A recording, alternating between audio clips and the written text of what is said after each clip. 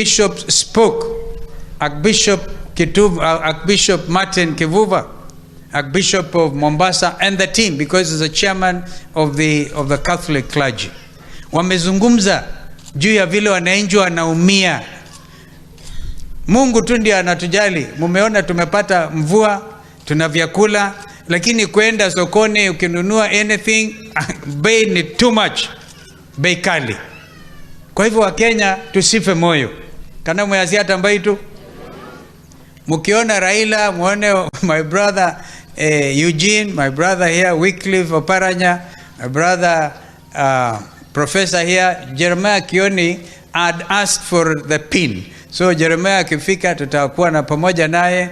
We spoke to our brother Uhuru Kenyatta. I think Raila, you can talk about that. And we are all together. Kwa hivyo team ya Azimio tuko imara.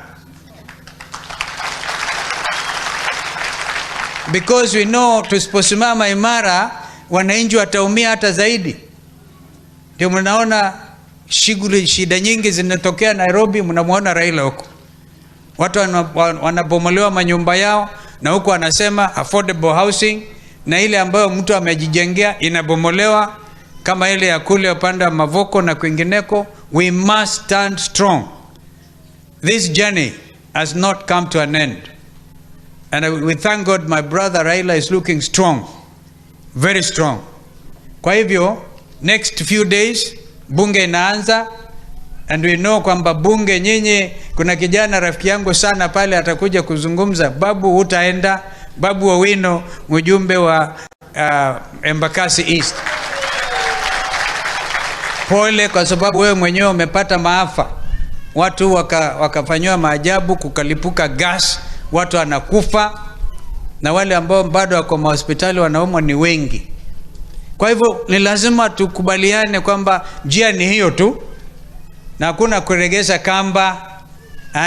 Kusema namna hii. Bunge ikianza next week, prioritize mambo haya ili kuwe na Electoral and Boundaries Commission. Hatuwezi kukubalia Kenya Kwanza wa nominate ma-commissioner peke yao.